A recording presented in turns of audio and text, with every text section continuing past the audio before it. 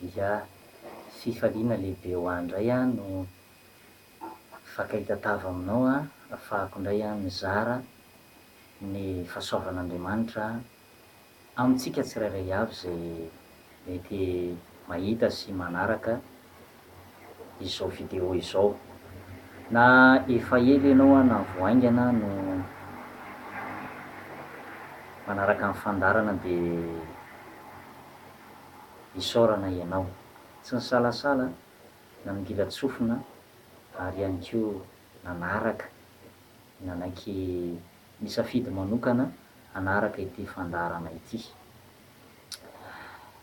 Eo amin'ny fiainana moa de be dia be ny zavatra zay azo hifanampiana, azo hifanampiana.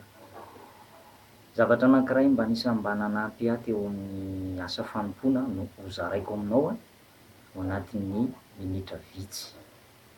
Mety mpitondra fivavahana ianao, tsy voatery hoe pasteur, mety olon-tsotra nefa maniry ho ampiasain'Andriamanitra, maniry mba te hatsapa zany hoe ahoana ny fomba ataoko mba hahatonga ny olona zay miaino an'io toron-tenina ity zavatra ambara ity a ho liana sy hanaraka ny fampianarana hatramin'ny farany.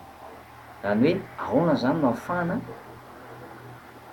mampisy impact na fiantraikany any amin'ny mpiaino na any amin'ny mpijery a ny zavatra teneniko na toriako na fampianarana ampitaina. Matetika mantsy ry havana amintsika de ohatran'ny hoe fazarana indraindray ny mandray fitenenana fa tsisy fiantraikany, tsisy donany any amin'ny mpiaino ny zavatra zay ampianarintsika na ny hevitra zay tiantsika hambara na tiantsika hampitaina any amin'ny olona. Voalohany indrindra, zavatra anankiray anisan'ny fikarohana zay nataoko izy ity a hozaraiko aminao. Misy mpikaroka anankiray zay manam-pahaizana lehibe anankiray zay a, milaza manao hoe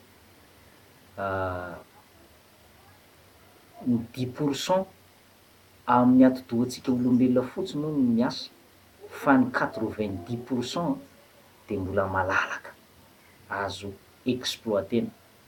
Zany hoe tsika olombelona zany a de mianona am'zavatra tsotsotra, ndraindray koa aza mandeha routine na mandeha fazarana tsy mantsapa akory hoe ahoana ny fomba ahombiazana na ahoana no ahafahan'le hafatra ampitainao a mba ho vita gravure any an-tsain'ny olona na any amin'ny fanahin'ny olona.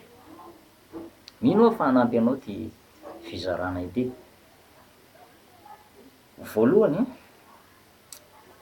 a, raha tianao hisy fiantraikany any amin'ny mpiaino ny zavatra zay ambaranao na torianao a, de tsy maintsy aloha anao voalohany indrindra maka introduction tsara, bonne introduction.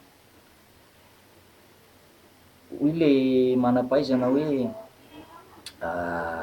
raha tsy azonao anatin'ny 30 secondes ozy izy, 30 segondra voalohany amin'ny andaharanao voalohany anaovanao introduction na manao taiza ianao, mémoire, taizina mémoire na mitory-tena na mampita hafatra na tsy haiko e, any am'zay ahafahanao mahita auditoire na mpiaino na mety koa conférencier angamba ianao, na mety ihany koa mpampianatra. Raha vao tsy azonao anatin'ny 30 secondes amin'ny fampitanao ny hafatra ao anatin'ny introduction zany, zany hoe mba hikaptenao ny fifantohan'le olona zany a de ao anatin'ny 30 secondes mila manambara zavatra mahaliana ianao, zavatra mahaliana ny olona.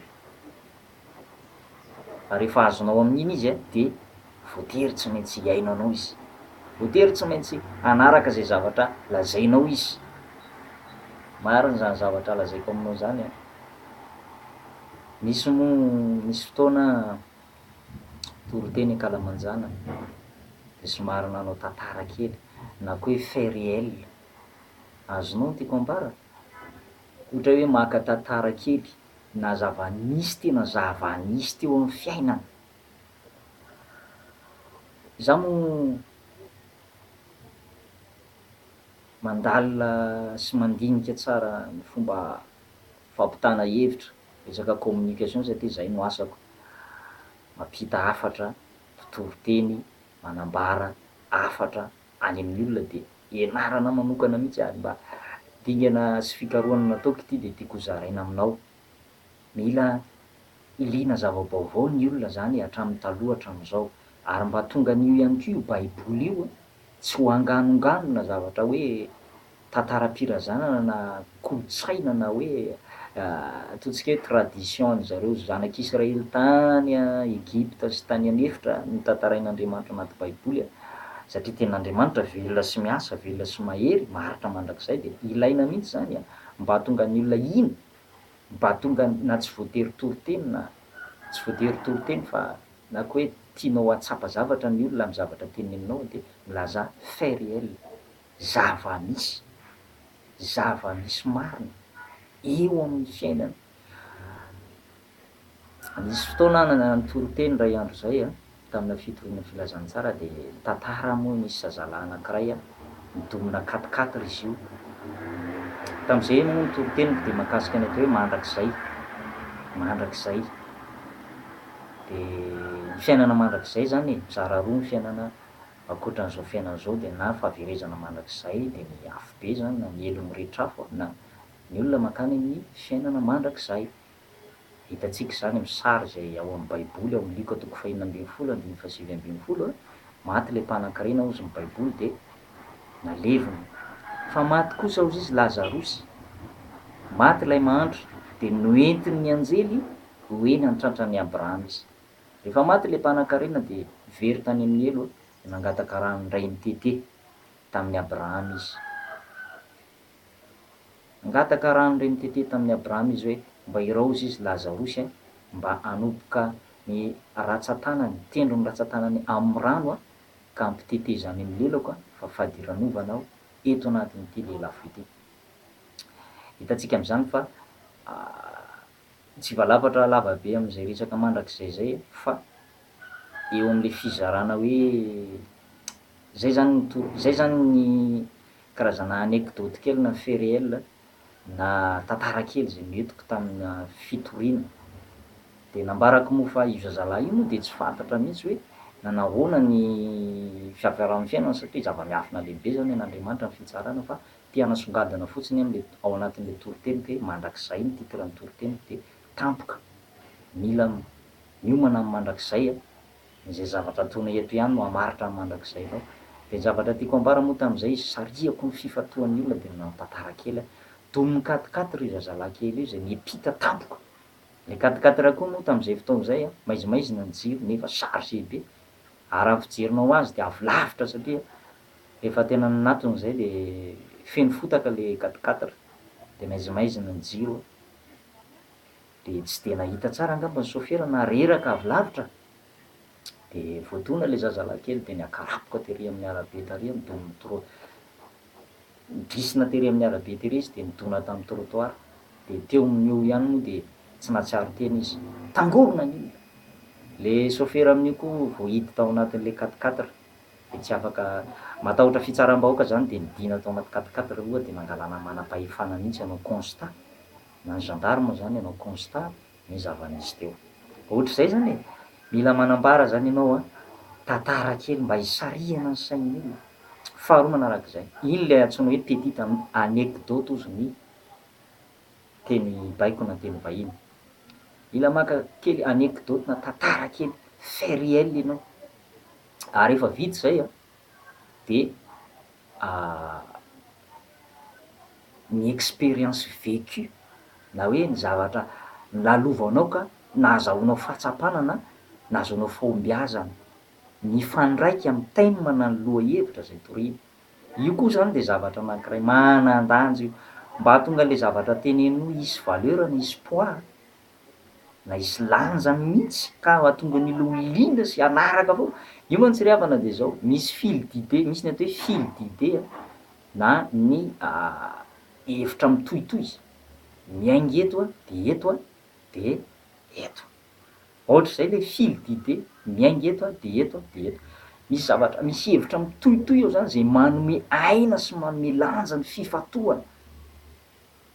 Amin'ny resaka toriteny moa de lazaina mihitsy hoe fizarana aim-panahy, fizarana aim-panahy. Ahoana moa ny atonga ny hafatra manotoriteny torianao hisy aina raha tsy mitohy tsara le mazava tsara le zavatra teneninao de ahatonga an'le izy hisy aina, ahatonga an'le olona anana hetaheta zany e, mba handresy tahaka anao koa.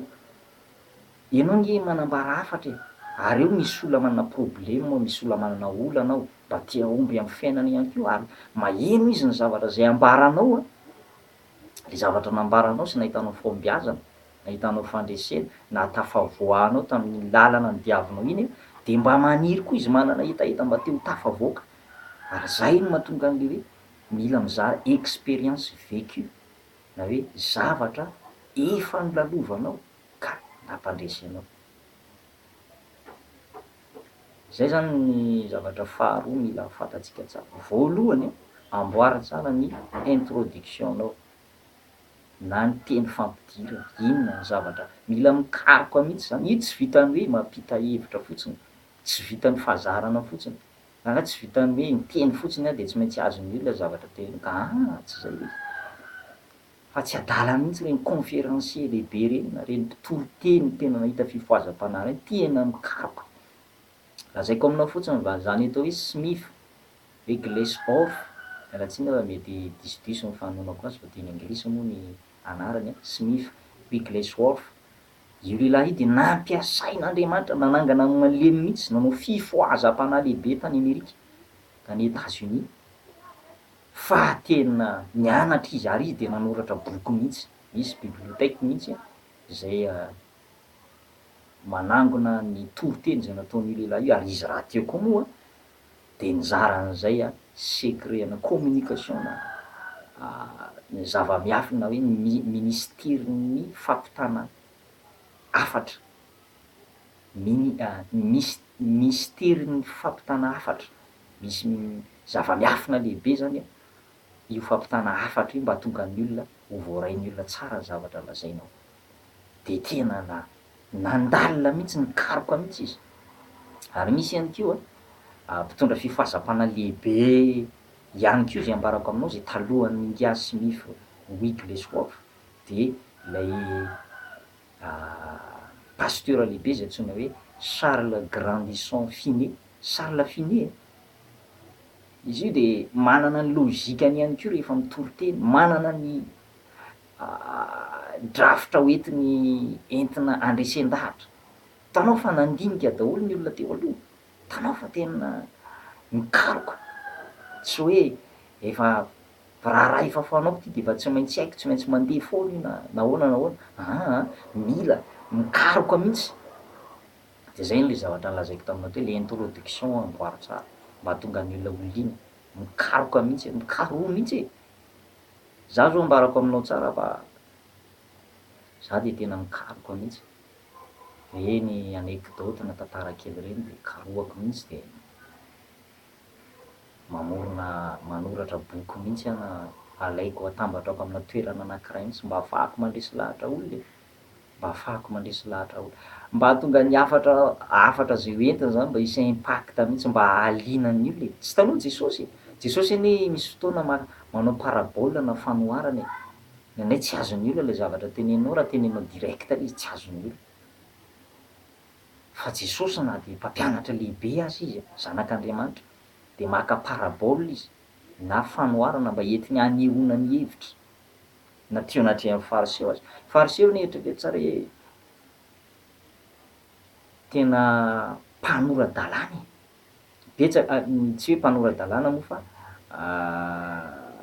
fariseo atoko-pivavahana, mahay resaka lalàna, fa misy koa ny antsoina hoe mpanoradalàna mihitsy.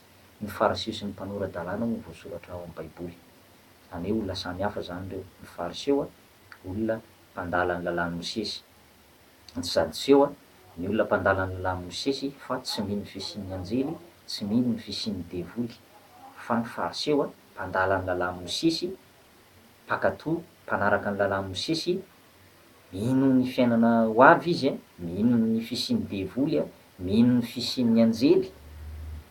Ka reo fariseho sy ny sadiseo sy ny mpanora-dalàna reo de olona ataontsika hoe tena olona efa tena haut niveau amin'ny fandraisana zavatra,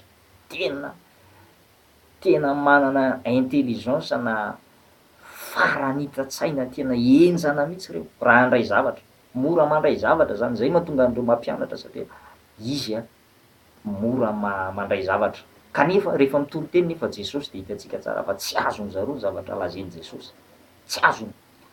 Ary voatery moa Jesosy tsy maintsy manao fanoharana na maka zavatra zay manao tantara kely izy. Ohatr'izany zao ny am'le mpanan-karena sy le Lazarosy, manao ino moa tsy tena ino moa tsy hoe tantara fa zavatra nisy satria voasoratra hoe nisy lehilahy mpanan-karena anankiray zay niakanjo volomparasy sy rongony fotsy madinika, zay nanara-pofatratra isan'andro tamin'ny fahafinaretana. Nisy hozy zany hoe zava-nisy fait réel zany.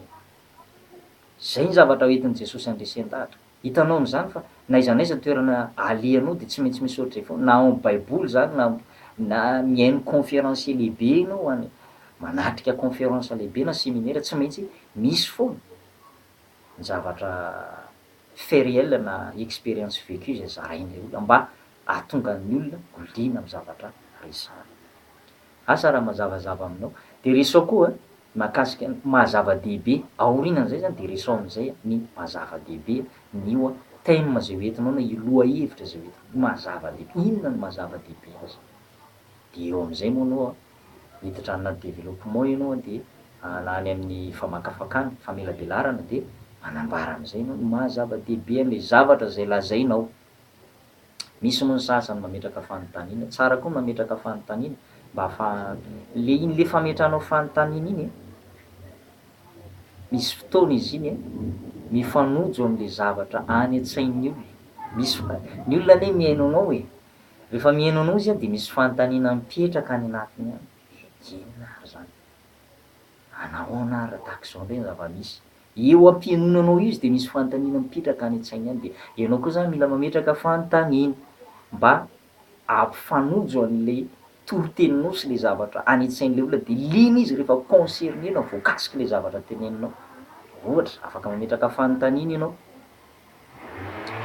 ohatra fotsiny hoe miresaka zao ohatra hoe miresaka momba an'le hoe fanafahana amin'ny fahotana de afaka mametraka fanontaniana ianao hoe ahoana ny endrika isehoan'le fanafahan'Andriamanitra ny olona amin'ny fahotana, amin'ny fomba ahoana na hoe ahoana ny endrika isehoany de be de be.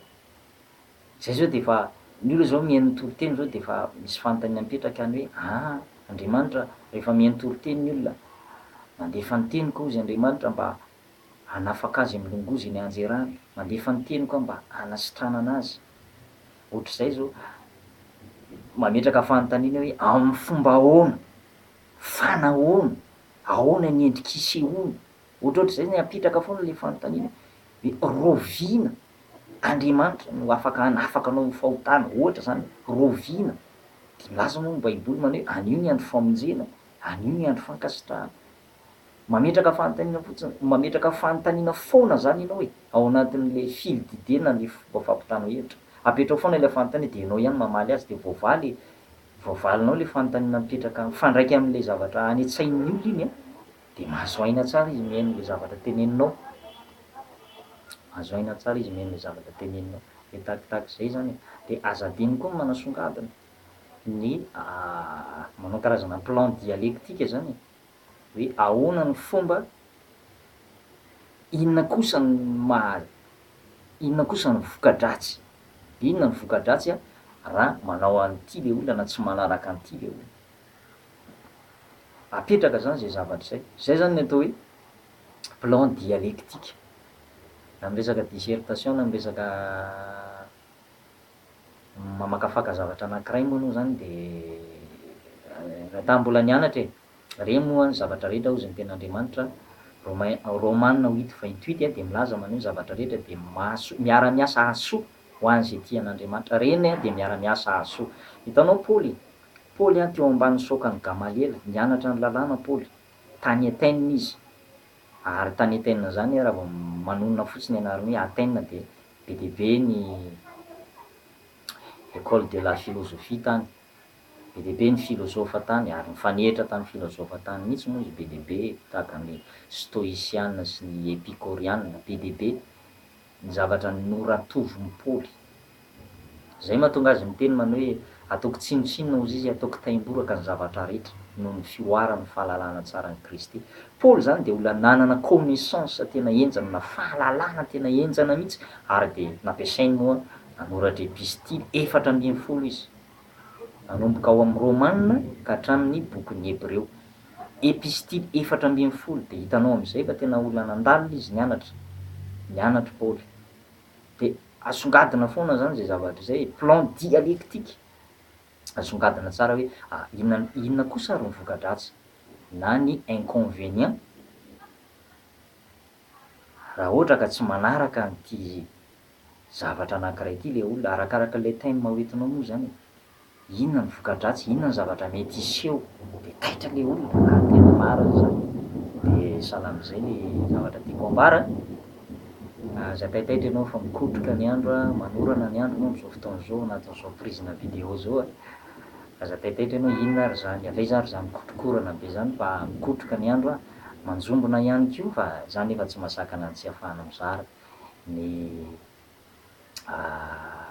fahasoavan'Andriamanitra na mizara ny fahalalana antsika. De rehefa hamarana, rehefa mamaraparana ianao de ampatsiahivo an'le olona. Io olombelona io nge de zao e, mora manadino ny olona, eo am-pianonana izy de mora manadino, fa zao asaivo asio conclusion na tsy conclusion moa zany, rehefa avy eo anao mbola andeha hagnano conclusion fa alohan'ny conclusion de résumé na ny fanotinana fohy amin'ny zavatra zay nolazainao, fanotinana fohy, fitiny le izy mba